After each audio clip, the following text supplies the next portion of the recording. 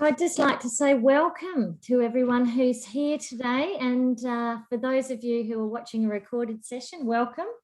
I'm sure that you'll get a lot out of today's webinar on the power of publishing with Bev Ryan and with Helen Nan. I'm going to give just a little bit of an update about BWA before we hand over to the ladies. And before I do that, I'd just like to tell you who I am. I'm Lynn Hawkins, the National Director of Business Women Australia. So I'm one of the original founders of Business Women Australia. I'm located in Perth, Western Australia, and we have an amazing collective that's all around the country. I'd like to acknowledge, in fact, the various places that we are meeting. We're Zooming in today, but we are on sacred sovereign Indigenous land that has been lived on, danced and celebrated on for over 120,000 years. And I'd like to pay respects to elders past, present and emerging, and celebrate our Indigenous sisters in business. I'm on the Whadjuk land of the Noongar Nation, and I'd really like to acknowledge my Indigenous friends and colleagues here. Just a bit about Business Women Australia. For those of you that don't know about us, we are a national collective demonstrating a new way of raising the visibility of women in business and collaborating together.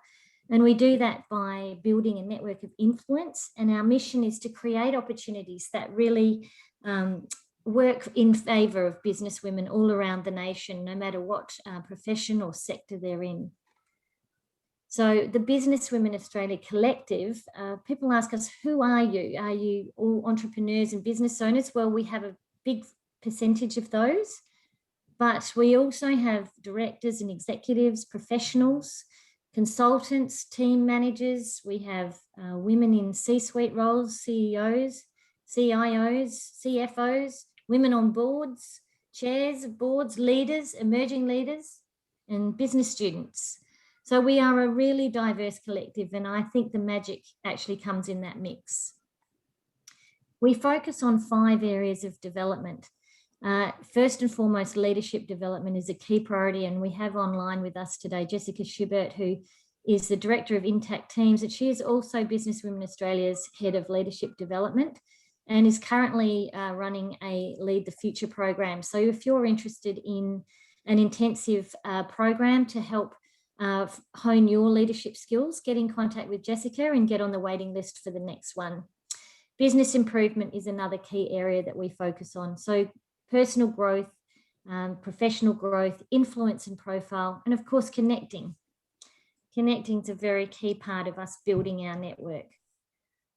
We have a range of values that we talked about at the beginning. So many values when you have a feminine-based organisation with female designers, female leaders, female managers, female deliverers, and female members. But our shared values that we felt were worth really highlighting was the importance of inclusion and diversity from a cognitive point of view. We really love having women from all different levels and sectors and professions joining us. And it is the different way that we think and the different experiences and personality types that really makes it very interesting in terms of us as a collective. Courage and honesty is a very important part of our value systems. We have feedback systems where, we really encourage each other to collaborate together and give each other feedback on how to step up, how to improve, how to hone our skills. Collaboration is obviously core to our business and the way that we do things. We don't sit here and think of, what our next topic of events is going to be. We collaborate with our premium level members and identify what are the topics that they can deliver on that will be of value to business women in general. So you can see our other values there. I try and pick out a couple each time to talk about. I think when we did our survey on what the benefits were of Business Women Australia amongst our existing members, we were really delighted and surprised to find that the friendships that women were making was what they really loved.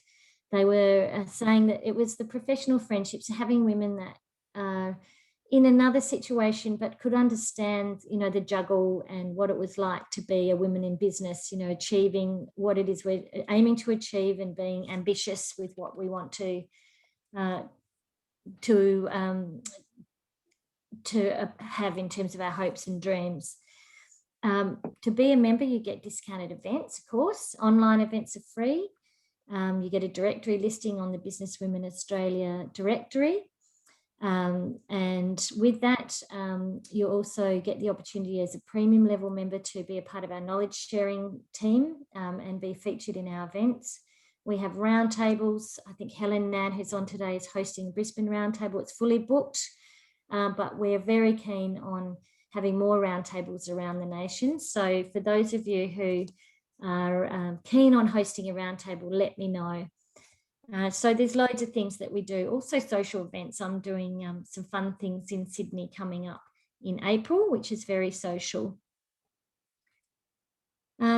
One of the other key benefits of being a part of Business Women Australia is that we have this fabulous partnership with Torrens University. I think there's nearly 40 short courses. There's thousands of dollars worth of courses that they've made available for free for Business Women Australia members.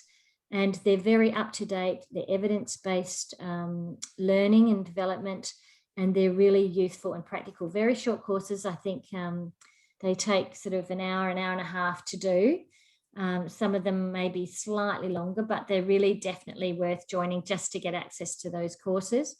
And we also offer a 15% scholarship for anyone that wants to study at Torrens, no matter what, whether it's an undergrad or a master's degree, postgrad qualification.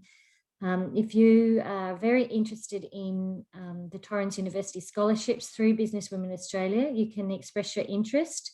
And we will then hook you up with Jessica Panque, who is our Pathways and Partnerships Manager at Torrens. And she will help you identify, you know, whether or not you've got the criteria to meet their entrance needs and which course would be best suited for you.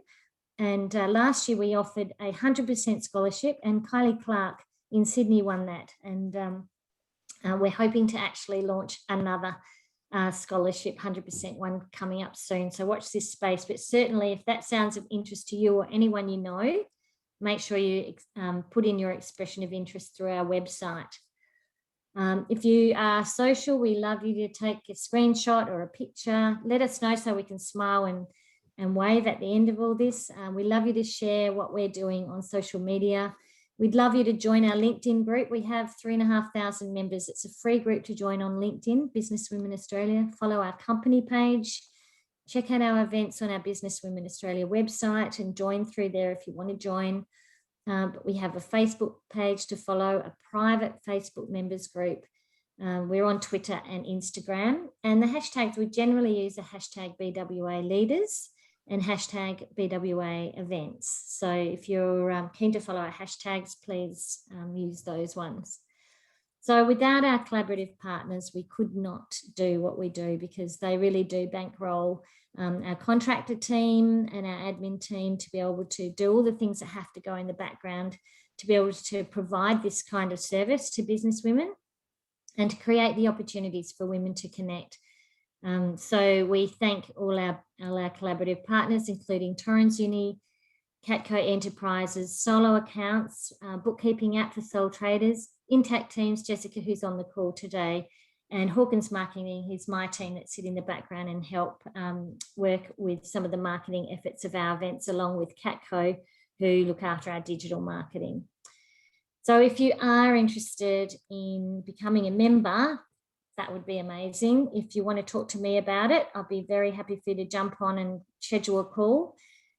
Classic membership is $299 for 12 months. That's literally the cost of one of the Torrens University short courses. So it's very good value if you're looking at really ramping up your knowledge. And if you're interested in being a part of our leadership knowledge team and developing podcasts with us, developing keynotes and speaking on panels, writing articles in our Buzz magazine that's going to be launched later this year, our annual magazine, then have a chat to me about becoming a premium. We'd love more premiums. So much coming up.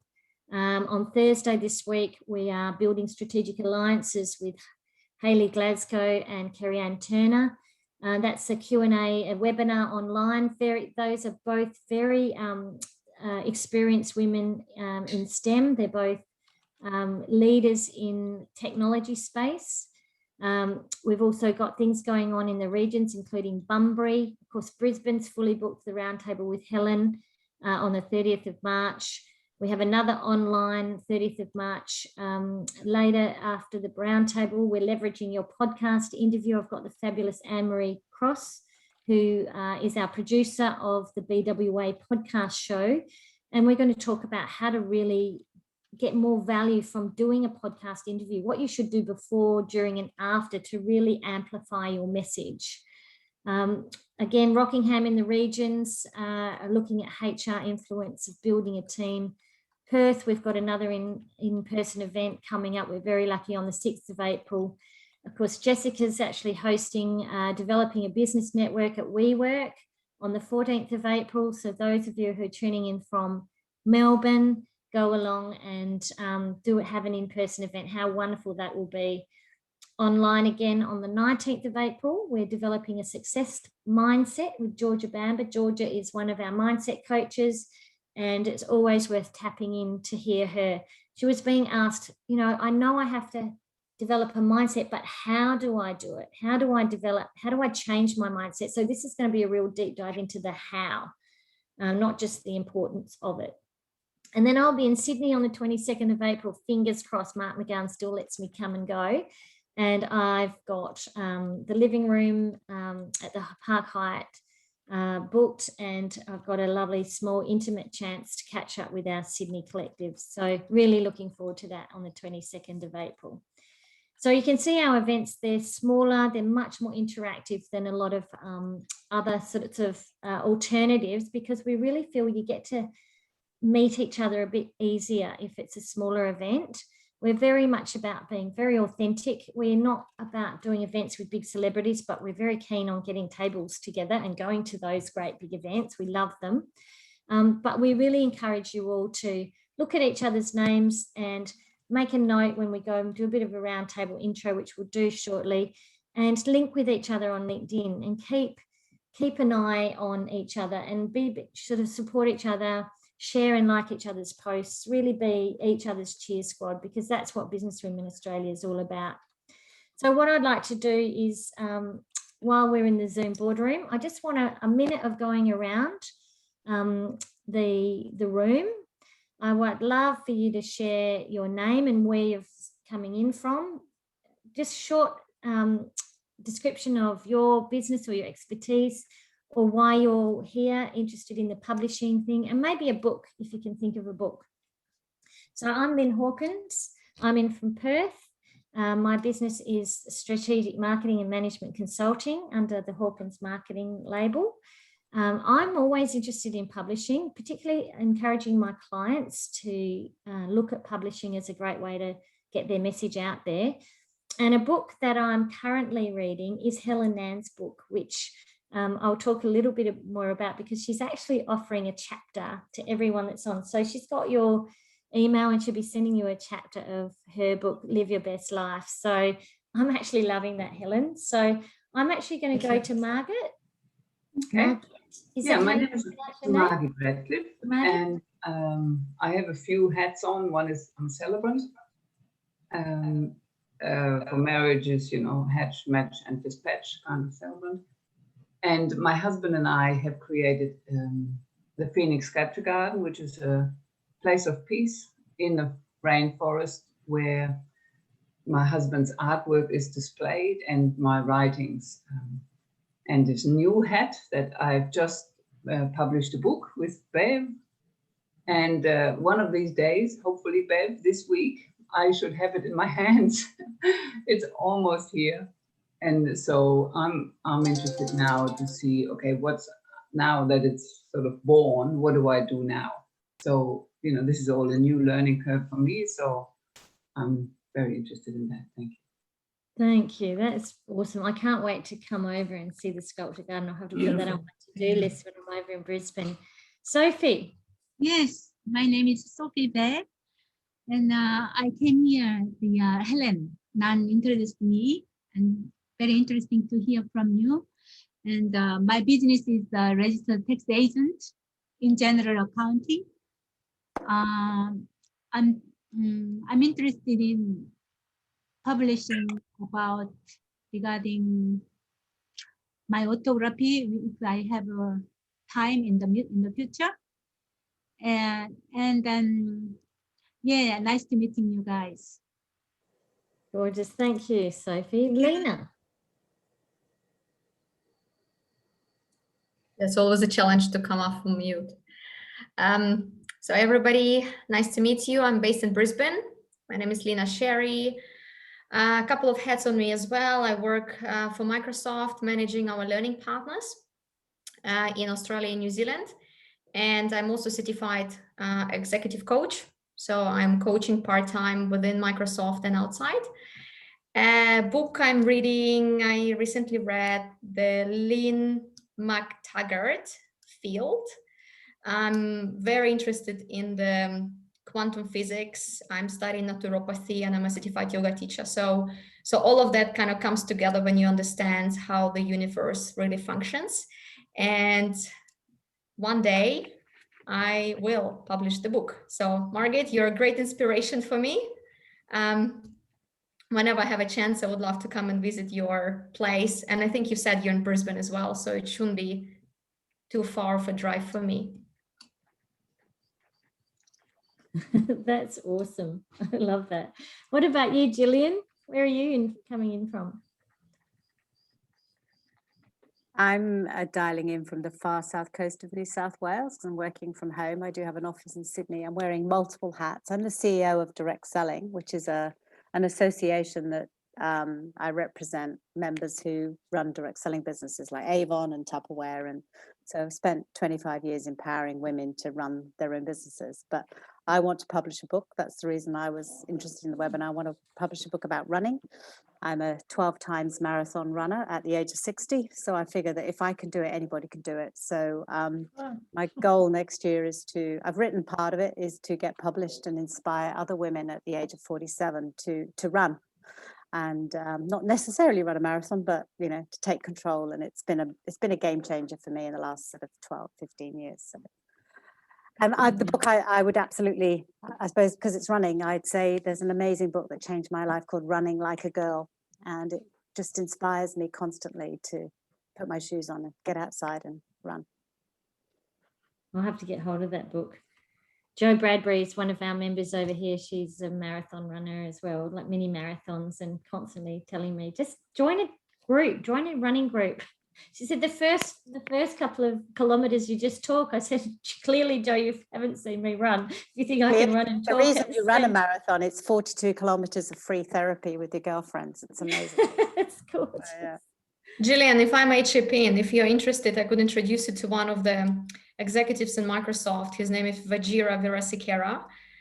He's in Sydney and he's a big advocate for running. And he actually launched now on LinkedIn kind of a campaign, Run for Life, kind of featuring all the leaders in Asia running for this campaign. So if you want, I would be glad to introduce you if you drop your email address in the chat so I can introduce. I will do that happily. Thank you.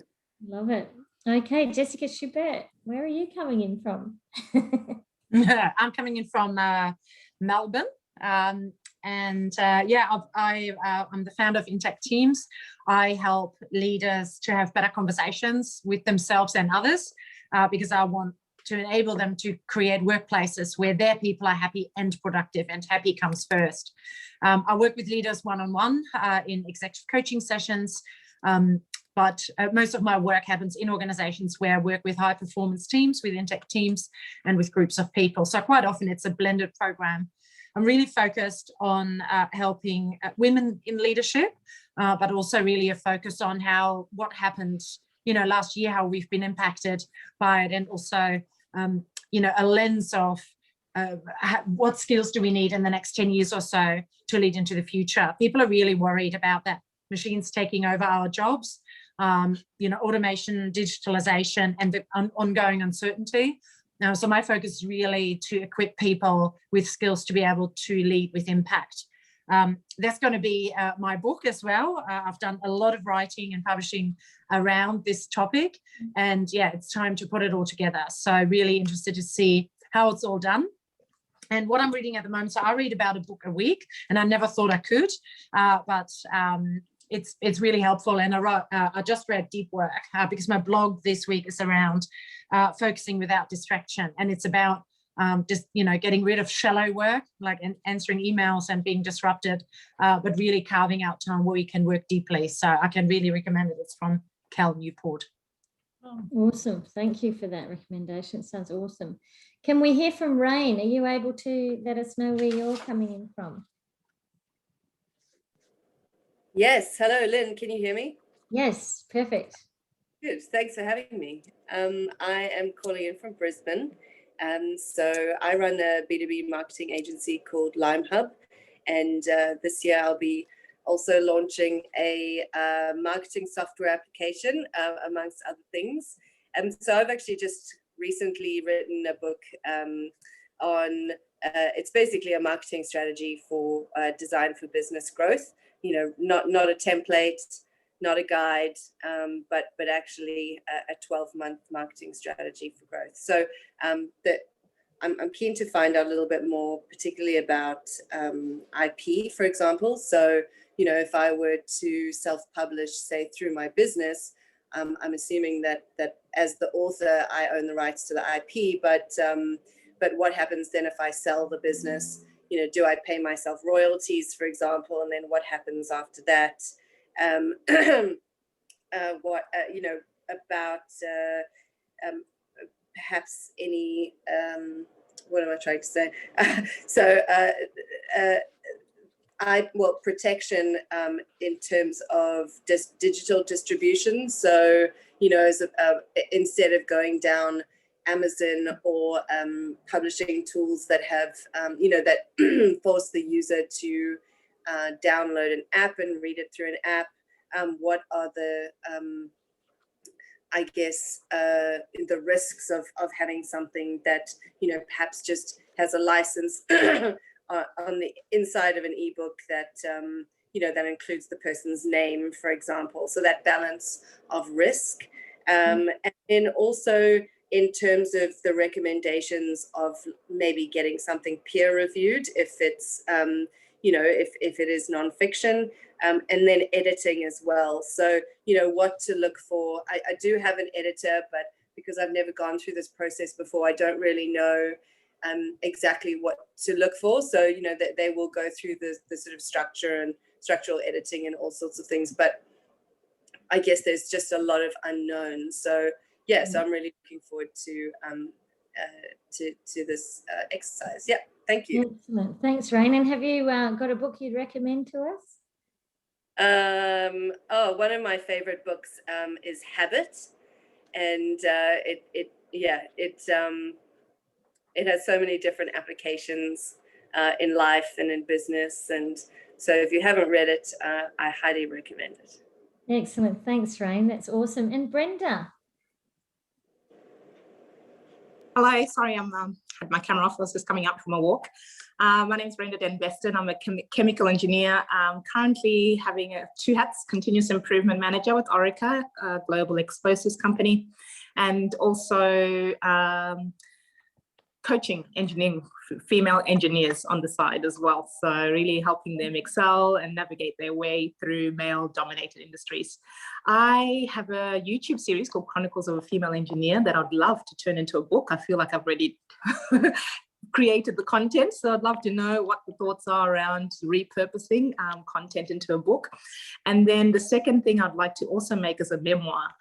I've had an interesting little tale in my personal life, which I'd love to create, and just wonder whether there's differences in marketing that you need to be considering in that event. A book I'd recommend, I love High Performance Habits by Brendan Bouchard, but I've recently started reading a new one called The Professional Troublemaker.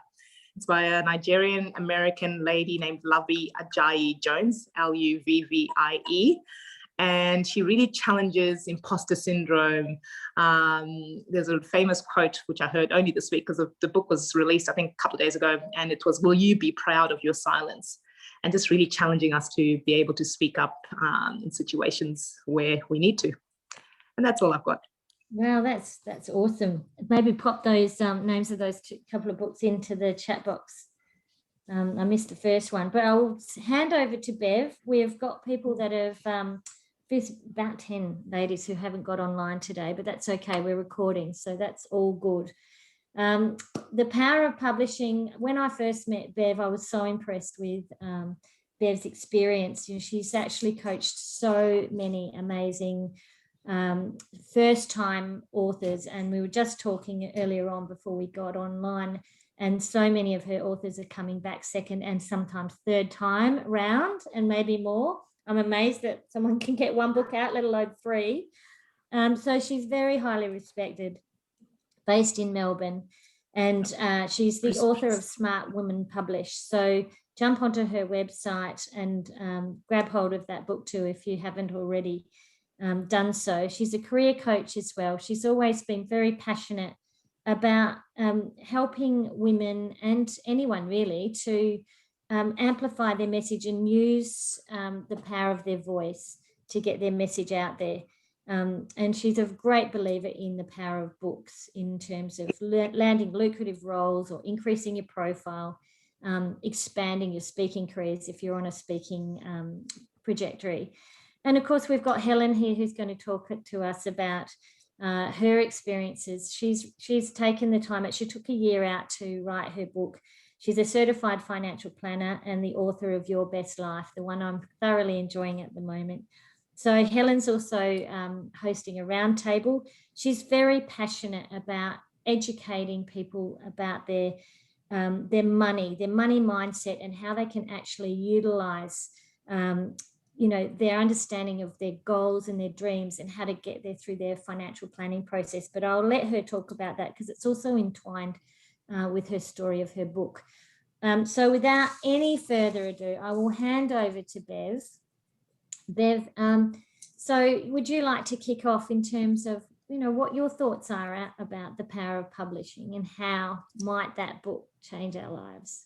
No, thank you very much, Lynn. Are you all seeing the slide? Yes, absolutely. Good. I just have to apologize. If I was looking distracted before, I'm sitting upstairs and my partner's downstairs, and there was this odd smell coming up the stairs. It smelled like burning, so I'm texting him. Anyway, it's incense, so we're all good. So I don't have to abort the mission. So I love that quote. I need to find something appropriate that's written by a woman. I mean, I could write one myself, of course, but it's always we seem to take more notice of quotes when somebody somebody who's famous. And I guess the point there is the only reason we know about Seth Godin is because he's written lots of books. So, that's why his name, his voice is around the world, and he's very prolific. So I love that quote. It's very true, and I think we'll cover a lot of that today in our conversation with Helen, how the writing of her book has changed her life, as well as the actual book itself. And Helen's in early stages. So let's move on. I noticed the questions that where are we going? So I've just got a list here. I just want to do a sort of general overview of publishing first, I guess. And then I'll be talking with Helen in more depth, and she'll kind of tell you her experience and her reflection on various things. So the first couple of slides are more, why would you publish? And the next slide is kind of the process involved. And from there, we'll have more general conversations. So I think this one is really critical. Before you start to write a book, you have to, the writing of your book will force you to get clarity and vision. Well, it should. If you just jump into the writing process without actually thinking clearly about where do I want this book to take me, who do I want to be as an author? I mean, the writing of a book is like a personal development, professional development program all wrapped into one, and you'll be a different person at the end of it, and that should be your goal. But you need to write the book or plan the book as the person that this book will take you to be. So if you plan it as you are now, you're more likely to say, oh, look, I don't know enough. I don't have enough confidence. I don't have this. I don't, you know, your negativity will jump in. But it's very much about vision. What's your vision for your business, for yourself? I did this exercise years ago, and just it's very much, you can do it through meditation. Picture yourself in a place where you felt absolutely comfortable, and who is that? What's that place? Who is that person? What are they doing? So that's got to be your first step. Get real clarity about who you want to work with, what sort of business you want to have, because the book can take you there. If you don't have clarity about where you want to go forward, you'll have confusion about what your book should be. It's a really good reason to really crystallize what you do, what you care enough about to actually want to spend time on with the writing process. Credibility, there is definitely a credibility factor. I remember when I published my first magazine, and this back in '97, I published a little magazine that went national, and people's view of me changed. I mean, I just did it from home with 4 kids, living on a 5-acre block out in the bush. You know, that was me. But as soon as I said, well, look, I publish a magazine, it's wow, there's a credibility factor that comes with authoring. So author and authority, they obviously the same. You know, one authority is built on the word author. So that credibility factor is very real. You could be doing something, speaking, even, you know, you might be speaking about something, but then you write the book about it as well. And, you know, as you know, if you're a speaker in the speaking world, the combination of speaking and writing, or speaking, publishing, is a very powerful combination. Visibility, that comes all sorts of ways, and that visibility more probably comes more through the marketing, but you don't have to wait that long. You can become visible as you're writing. You can tell the, you know, just blog about, tell the story of your writing process. Visibility definitely comes after you've published your book, if you then step into that marketing role confidently. And I think marketing of anything raises your visibility, whether you're marketing a business or marketing a program or whatever. So it's definitely part of the package, which is very important, particularly for women in business. You know, we sometimes feel like we don't stand out for a reason. There might be lots of coaches, lots of people coaching women in leadership, for example. Once you get some clarity and vision for where you sit in that space, and you write a book within that space that's very clearly stating who you are, what you do, the visibility will come through that. So connection is another big one. Now that connection, how can your book build connections? It can build connections as you're writing. It's a very powerful way of connecting with experts in your field through the writing process. If you you might choose to quote some people, some experts, you can get in touch with them through LinkedIn. LinkedIn's an amazing tool now.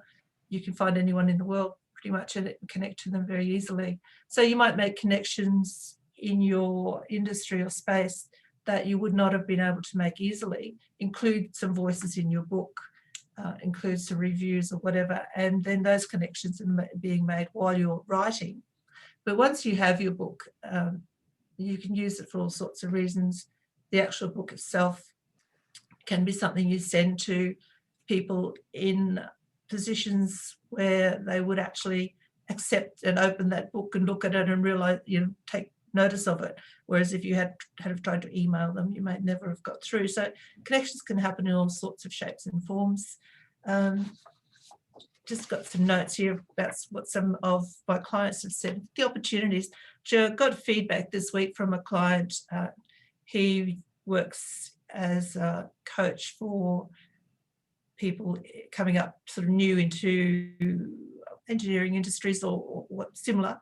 And he just noted that his book has opened up whole new arenas to business that he hadn't thought of, and also it's enabled him to reach new demographics that he didn't necessarily target within his book. He was quite specific in his book that it was for, you know, young people starting out in their careers, but it's opened up doors that he didn't expect. And he would have published his book second half of last year, so not that long ago. I think this is a big one, personal growth, as I said before. I think this is, and so Helen, I know, will talk more about this today. I think you have to embrace the writing process as a personal growth process. If you turn it into a struggle, if you see it as a struggle, for some people the writing process is lovely because they get to shut the door and work on their own and and they really embrace that. For other people who are more outgoing, they might struggle with the writing but love the marketing. So it's one of those processes that's going to appeal to people in different ways. But the personal growth that comes through writing, it forces you to figure out, as I said, who you want to be and where you want to go. It also means that you have to you become more of an expert because you have to research, you have to gather data, you have to gather information, you have to think through ideas. Another one of my authors this week, her feedback was, I feel that my ideas are more solid now. And what she meant by that was that she wanted to come up with some processes within her book and some models within her book. And so she had to get those on paper, and she had to make a decision about what that was going to look like. It's very easy to think about ideas and toss them around, but when you're publishing something in print, you kind of have to commit to something. So that personal growth comes in many shapes and forms. Business growth, if you're a business owner, business growth will come if you write your book as part of your business. Your book should somehow attract people back to you to engage with you in some shape or form. So, obviously Helen's book is a perfect example of that, which we'll talk about today. So if you are going to write a book because you see it as a way of earning money, you may struggle with that. But if you see and place your book as part of your business or something that will attract people back to you so they can do business with you in some shape or form, then the business growth will come from that. But if you're running a business in this space and you write a book over here in a different space, then there may not be great business growth that comes from that. But you may get a lot of personal pleasure from that, which is maybe totally what you're looking for anyway. And the last one, brand growth, which I think comes through business growth. People, if you come up with a good book title and you maybe set up your book in its own space online or connect it with your current brand, I wouldn't not suggest that you call your book your business. But actually what's happened in my case, I wrote a book called Smart Women Publish 2 years ago. Now I've started using the title of my book as my branding. So my branding has come from my book. So I'm getting through fairly quickly here, but we've got time at the end probably for more of a chat. So I just wanted to introduce you to Helen. She's on the line, and we'll talk with her shortly. I've got another slide to go through, and then we'll open up. We get Helen to have a chat. But there's the book that Helen produced. Oh, well, I produced with Helen. Helen wrote the book. I was delighted to be invited to help her self-publish her book. So it's a self-published book. So we met after Helen had pretty much finished her manuscript or gotten to the point where she had done all she could do with the manuscript, and then we started working together. So my next slide is really to take you through kind of what that process is, not in great detail, but so we're talking about from having an idea. So these steps here are from having an idea to write a book or just the desire to write a book. Like, I really want to do this thing, but I don't know what to do. So first step is planning. The planning stage is so critical. And as a book coach, I might spend time with people working on their book plan. It might be a couple of months, because if you do a solid book plan, it's not just break down the chapters. It's a lot deeper than that. It's planning out. Well, first of all, it's like going back to step one. Who's the book for? What do I want the book to do for me? What does my audience probably want? But you always have to check with them. So that's part of your book plan, is your research. It also does involve breaking down your chapters, but more than that, it's even writing a couple of chapters to kind of find the feel for how you will write this book. So it should be quite a detailed process, but it's actually also it's an action process. You're actually doing work so that when you get to step two, which is to write, you're ready to go. If you just jump in starting at step two, you'll probably really struggle, and maybe abandon your book because you haven't got what step one would have provided for you, which is your skeleton and your reason for being, and a pathway for you to work with. Having said that, as you write, things will always change as well, because as you're writing and researching, you're learning more yourself, and it's a work in progress.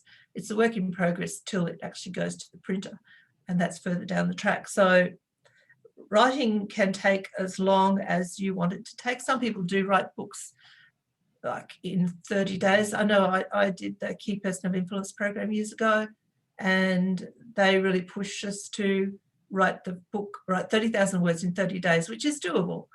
But at the end of the 30 days, what you've got is a rough manuscript, which might then take a lot of polishing to get right. So you'll see programs advertised to write a book in a weekend. I think you could plan a book in a weekend. I think you'd struggle to write it in a weekend. I personally think that's probably it's over-promising, but you never know. Anyways, with the writing, and as I said, we'll talk to Helen more about how this will happen for her. But from there, this is when you hand your baby over to somebody else who will take over the editing. And usually I would absolutely recommend at least a 2-step editing process where the editor goes through the whole thing once and looks at the overall structure, that sort of thing. You get feedback, and then you might make changes. The second edit is where they do the fine detail, the dotting of the T's, dotting of the I's, that's it, crossing of the T's, that sort of thing. So definitely go ask for a 2-stage edit, not just a one. Then comes the design phase. So how do you turn an edited manuscript into a book? We always start with a book cover design, because there's lots of things happening when you make all the decisions about book cover design, as you can imagine. There's what's my book title? What's my subtitle? What's the feel of this book? It's not just the words on the back cover. You've got the back cover blurb, which is your little mini marketing spiel. So what's that going to be? So you have to know who your reader is, what will appeal to them. You've got the visual element of the design. Really fascinating little mini design project as a book cover. Some designers specialize in book covers. Some designers really struggle with them. So you really do need to find somebody who gets what a book cover is all about. And once the cover design is finalized, then the page design can happen, because the page design has to obviously reflect the style of the cover. So we always start with the cover. Page layout design is then determined after that. Once that's sorted, then the manuscript gets placed into the page layout, and then it's all fine-tuned. So in terms of the design process with book cover and page layout, at least a month for the cover, because it can take a long time to get it right. Book layout can take a few weeks to get right, particularly with that last point, the proofreading. So I always suggest with the steps 3, 4, 5, and 6, 3 to 4 months for those steps. So 3, 4, 5, and 6, 3 to 4 months. The printing and ebook conversion that happens very quickly, but still a couple of weeks. If you're getting books printed locally, a printer will ask for 2 to 3 weeks. So I say to people comfortably, if someone comes to me to produce their book, I'll say 4 months is comfortable to make that all happen. So the question there, I know there was a question earlier about print and ebook, and I think we'll come back to that, but I always help my clients do both. It's lovely to receive a box full of books in print. It's very exciting, and you've got something that is tangible to give to people, sell to people, post to people, whatever. Bookstores, you can arrange distribution into bookstores, but you have to apply for that. That's another process. And global distribution is very simple these days. It's a company called Ingram Spark, and if you go through them, your book can be distributed both as a print book and an ebook across the world, and we can go into more detail about that down the track if you wish. Now, I'm aware I'm going very fast here, so what I'd like to do, Lynn, it's up to you if you want Helen to take up full screen, go ahead. Or if you want Helen, I can leave that, or we can leave that slide on and Helen can, whatever you like. It's probably full screen is better to have Helen, I'd imagine. Yeah. Yeah. So I will stop sharing. There we go. Okay. Now I'm happy to send the PDF of those slides to people as well, so, which will be useful, I think, if they've got that those 8 steps. Okay. That's brilliant. Thank you. So it'd be very exciting to hear a little bit from Helen about, why you published a book and what your experience of that was, Helen. Lots of business owners have been in the business for many years, and then they write a book. But my situation was different. So I used to work for the bank as a financial advisor for almost 10 years, and I would like to have my own business. So I got this idea of writing a book after I attended National Achievers Congress in 2018. At that time, we were going through banking lawyer commission, and I was looking for options for my career. So after I attended the National Achievers Congress, I decided to attend a 3 days boot camp with a publishing company. That boot camp was great and was very informative. They have gone through the whole process very much in detail. And after that, I read 2 books about self-publishing. One of them is Bev's book. So I was very much very organized and ready to go. So I have my own reasons to write and publish a book. When you work for big corporation like a bank, we were very much like best kept secrets, and no one know me and my service. So I think book can increase my visibility and credibility. And apart from that, I also want people know what financial advisors do and how to plan their financial journey. If you have a financial advisor, your understanding of financial planning is based on your experience with your advisor. And the finance planning industry lost lots of trust in the last decade. And I would like to share my value and approach of finance planning with my readers and prospects. I believe we should move focus from products to the people, from money to the meaning. That is my approach, and I would like to let other people know. That was the main reason I write and publish a book. And the other thing is, not everyone can afford our advice. So if they can't afford my service, I want them at least have something can help them start their journey and improve their financial positions.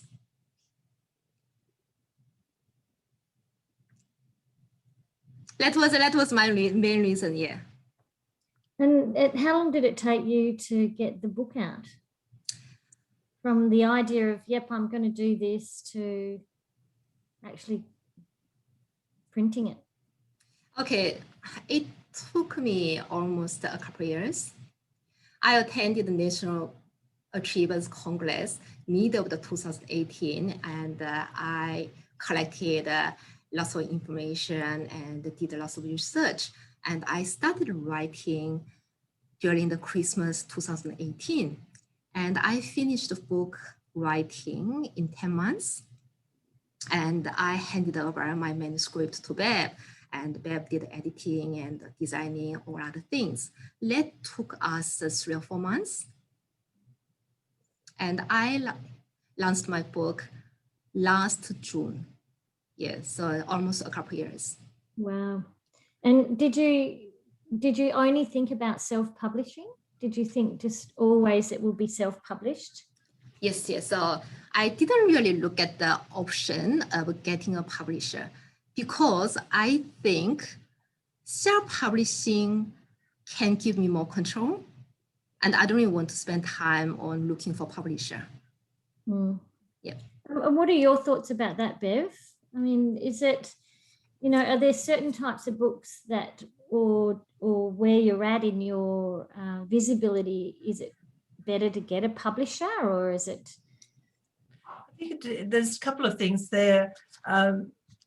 The attraction of a traditional publishing house, I think, is that they obviously fund the production of the book, the editing production. They do fund it, but it's obviously a business proposition for them. So they will only want to work with people who they obviously can see will lead to profit. They will work with first-time authors, of course, but those first-time authors either have got to have something really stunning that hasn't been done before and that's very topical, and so they know there's a big audience, or the first-time authors might already have a big following for some reason.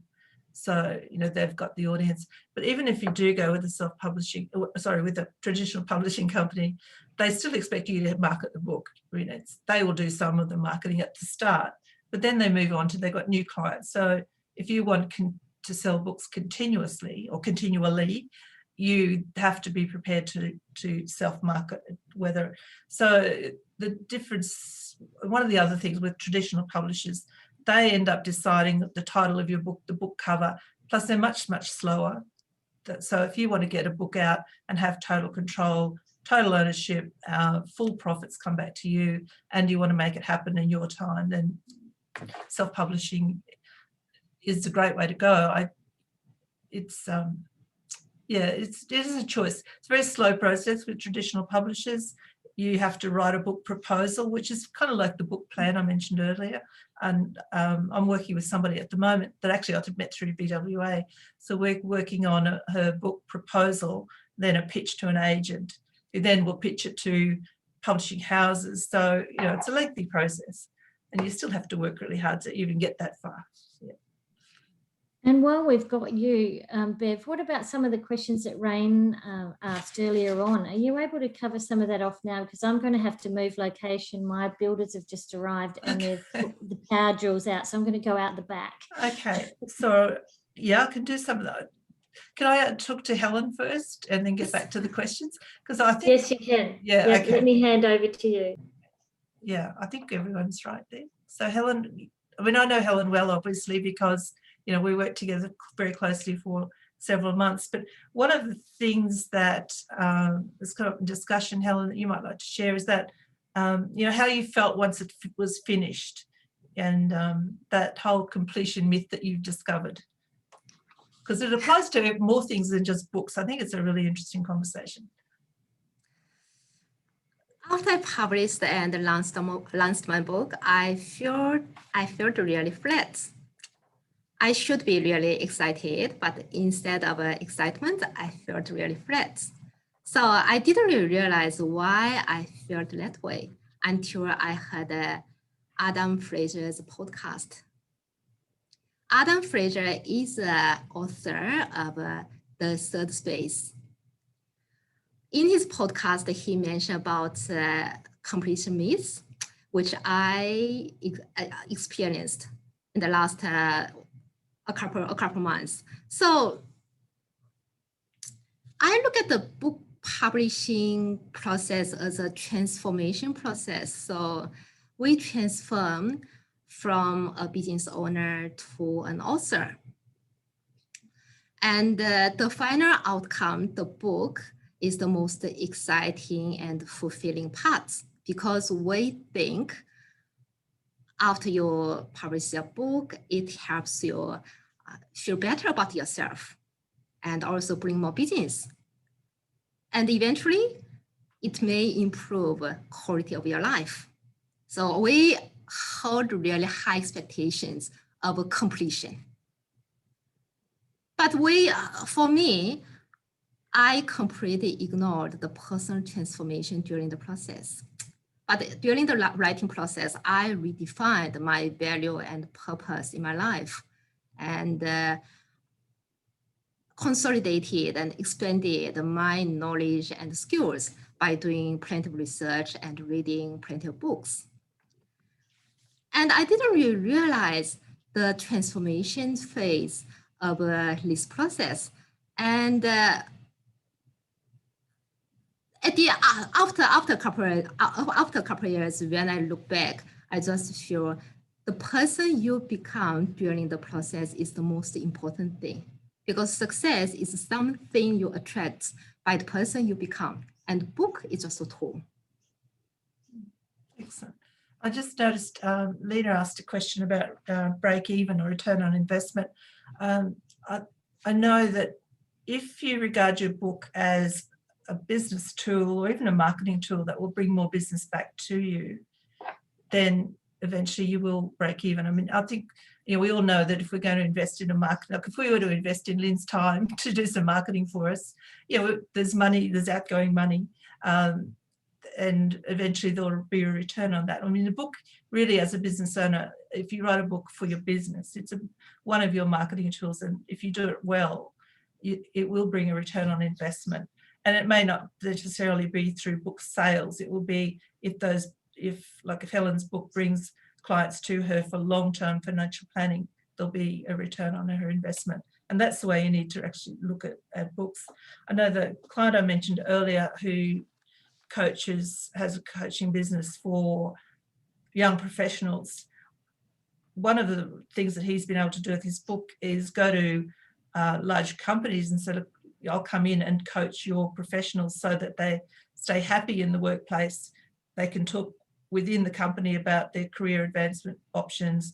Here's my book, put it together as a package deal, charge X amount for the coaching programs, the book's part of that. So, I mean, you know, he's doing very well in that space. So that's, you know, if you can use your book in that way, it's definitely a great return on investment. So that's part of the early planning, just figuring out the strategy of how this book's going to fit and how it can bring in a larger profit than just a book sale.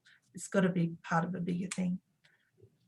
Okay. This is asked, what is the general cost of producing and publishing a book? What are we looking at? What should we budget? Yeah, okay. So in terms of time, I said earlier about 4 months. In terms of cost, yeah, at least 5,000. My top tips for doing this, if you're self-publishing, obviously with doing anything independently, you can drive the whole thing yourself, DIY. You can find your own editors, find your own designers, take your book to a printer at the end of that. But make sure you get good editors and professional designers. So they're always going to, you know, if you budget $4,000 or $5,000 for doing it yourself, the business I run, I project manage the book. So I work with Helen, sorry. I was her one point of contact. So I've already screened. I've got a couple of editors I use, a couple of designers. So I know they're good. So I work as quality control. So for some people that's ideal because they just deal with one person who sorts it.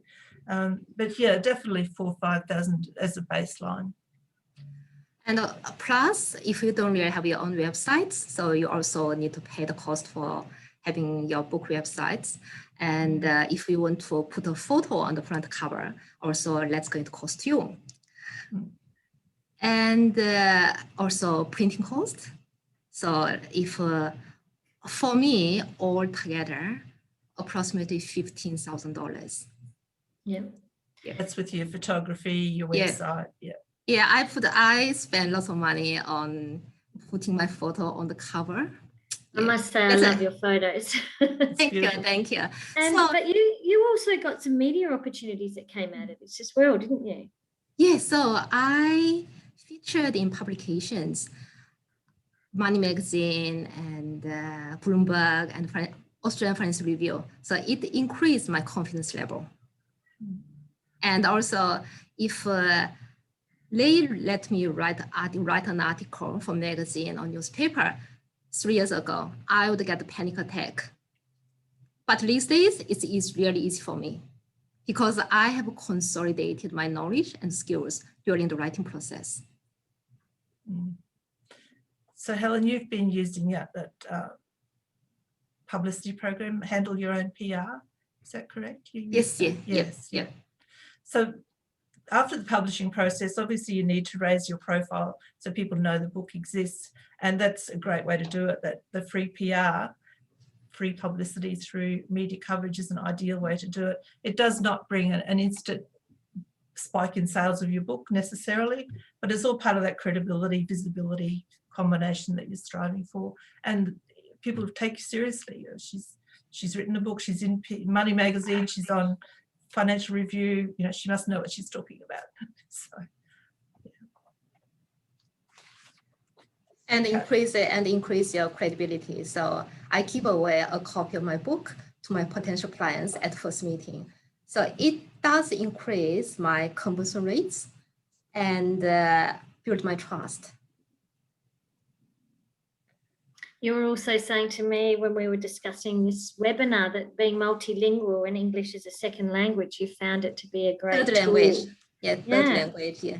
Yeah, yeah, as a third language, that's right. Yeah. You speak two other languages in addition.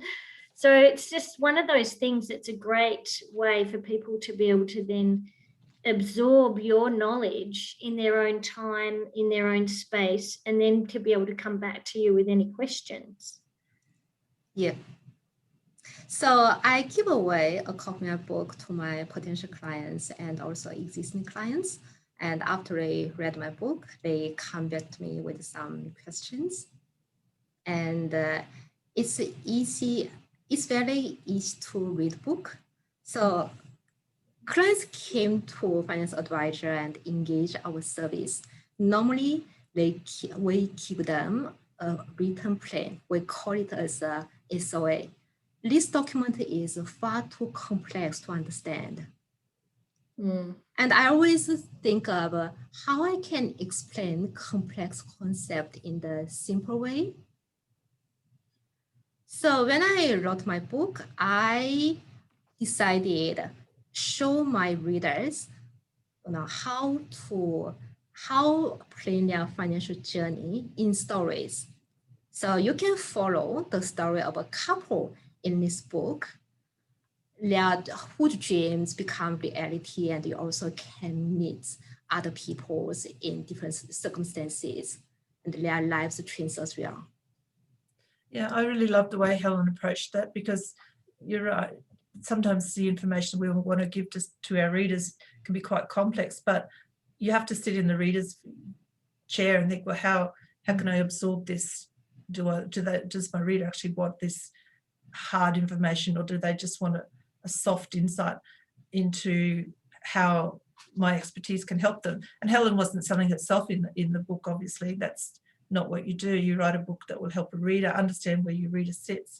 And Helen has used story to give examples of real people, or they seem like real people, and a couple of different stories with people in different situations to show how money management has helped them improve their lives. So it's a really easy read.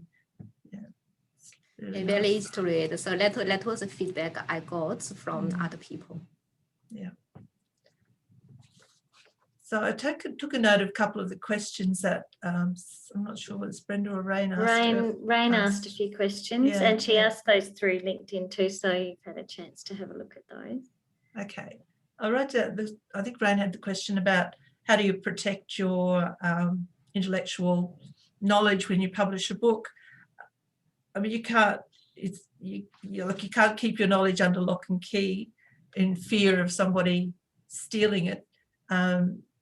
With print books, all you can do is use copyright, etc. But with ebooks, you have some. I think with Kindle, you can protect your distribution rights with Kindle, but you have to that shouldn't be the biggest fear. I think that you just kind of have to let go. People are always going to find a way to take your information, copy it, whatever, if they want to. I always suggest if people have got a legal issue or a legal question, that you go to the right intellectual property lawyers. There was another question that sort of was similar to that. I think it was in terms of where it's held in terms of a business structure. So if you're producing a business book and it's a book for profit purposes, then my recommendation, just in terms of any thing that if you want to hold the IP and that, I'd be actually setting up almost a separate business and having that business book then separate to your own business, if that's a profit-oriented exercise. The other thing that you could potentially do is talk to lawyers when the time comes for selling your business, actually within the contract of sale, relinquishing that book, if it is an important part of your own personal attachment, you know, assuming that someone would buy your business without the book. But they are definitely what you'd need to talk to a contract lawyer and an IP lawyer. I was actually hoping we might have someone pop on today. I did invite her to come along, but she got called into a client meeting just before we jumped on.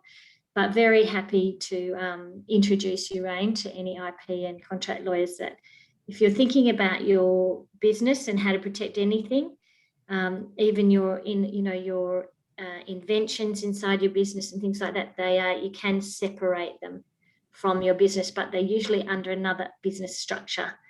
And then it's licensed to your other business, generally speaking. But I'm not a lawyer, so I'm not able to give legal advice, as Bev is not either too. Is there anything, though, generally that you wanted to share about that? Yeah, some people do that. They'll set up a little business, you know, sole trader or a business name that they own, and that becomes the publisher of the book, and they are the author of the book, but it's still, you know, that's them. So, you know, the whole self-publishing world, like 10 years ago, it was, oh my God, your book's self-published, it's not a real book. Those days are gone. There used to be a bit of a elitism around publishing books. Those days are gone, but you can, I think it's kind of nice if you do set up a little business name that is the publishing, they're the publisher and you're the author. That's nice. It's still yours. So that's a way to do it. It's quite simple. I also got a question here to ask if I break even on investment into publishing and selling books to cover the cost. Okay, so we don't make lots of profits when we sell the book, but book can raise your profile and attract more business to the business. You know, it's to your company. So when we are in the service field, normally we can expect to make a profits between $5,000 to $10,000 from my clients. So I said the total cost I spend on publishing a book approximately $15,000. So if I got 2 really good clients, I can cover the cost. I can say this way. But if you expect making lots of profits from selling your book, probably it depends on the book, but you may hold high expectations. Yeah, definitely. Yeah. I think, Lynn, one of the things you asked about was tips for success. I think our time is up. I set a buzzer before. We're nearly up. And maybe a little bit about book launch too, because Margaret's actually asked a bit about a book launch strategy. Yeah. Well, Margaret's got a beautiful venue, so book launches, you can have multiple book launches, and I think books, your book is a long game. It's not a short game. You know, you don't expect to launch your book and sell 100 copies the first day. I mean, some people do, definitely. Don't be disappointed if you don't. If you just take it, you know, it's a long game. Maybe do one thing a week to raise the visibility of yourself in your book. So in terms of book launches, you've got such a beautiful place. I'd definitely be having a book launch at your place. I'll come. Helen, I'll invite Helen. Anyone who's in Brisbane, we should come. We will come. So that would be one. And then you do some online things, and you might tap into some networks that you belong to, and so ask, well, let's do a joint something or other, and can I launch my book during an event? For example, WNA, you might ask Janelle if you could launch your book at one of their lunches. So then you're tapping into Janelle's membership. You know, so just plan them out like that. You could come to Helen's mastermind, which I think is full up anyway, but, you know, so just think of it that way. And you might stop saying, you know, after a month, you might stop using the word launch, but you might find other ways of just doing that sort of cross promotion and joint events or whatever. It's definitely a long game. There's a person I always recommend to people. His name is Tim Grahl. It's spelled Grahl. He's a Canadian, and his whole business is built around helping people launch and sell books. And he's written a book called The First 1,000 Copies. I haven't actually bought that book, but I was thinking about it yesterday. So there's, I always recommend him. He's all about slow launch, slow sales of your book, and being very generous. I just love his approach to the whole thing. It's generosity and just giving, and people see you. And I'm not saying giving your book away. That's not what I'm saying. But are there many independent book sellers that are open to having copies of your book and having little mini launch events, meet the writer, that types of thing? I mean, is that world still happening, or is it difficult? There's a few in Brisbane. There's Avid Book Group. Yeah, there's a few in Brisbane. So, I mean, I think Margaret and I, we're meeting in an author group next week, aren't we? Is that next week? I think it is. Because I know in Perth there's a few indie kind of independent booksellers that have cafes with them, and they love independent self-published writers to come and do after hours things, because it means they sell more books generally, and they sell more coffee and cater, and so they create it almost like a little mini event space. And I think with Margaret, some people do Facebook launches, and I haven't done one, but I've certainly Googled them and they look quite doable. So maybe have a look at Facebook book launches, or book launches on Facebook. You plan ahead and you get people together. It's used. The other thing that I think the book, Margaret's written a collection of her own writings, and they're absolutely beautiful. And I think what people would love to get from you is a space where they come and they do their own writing. Your book, they pay for an event. You pay to come to your garden, for goodness sake. What a place to come to write. It's beautiful. Pay to come for a workshop. The book is part of what they get for their money. Your beautiful afternoon teas, and do their own writing. So you kind of so I think there's lots of ways you can capitalize on your book that you would enjoy doing and other people would love to do. Because they want to We'd love the idea of maybe a business women's book launch for you, Margaret. So have a chat to Bev and Helen, because they're my local on the ground champions. So if there's something that we could do that we can help you promote it, then let us know. If you're we'd love to help you out. Margaret's done a beautiful, sorry, I'm taking up time. Margaret's done a beautiful small book. It's like literally quite small, isn't it? Gorgeous. Are there any other questions before we wrap up? I'm aware that we've come up to time. It went so fast, and it was so interesting. The level of detail and the honest and open sharing is really helpful, because it's a process that we have to really understand the level of investment and commitment, that it's, maybe if you're able to get a publisher who has distribution channels and book launches and all those things, that's a possibility.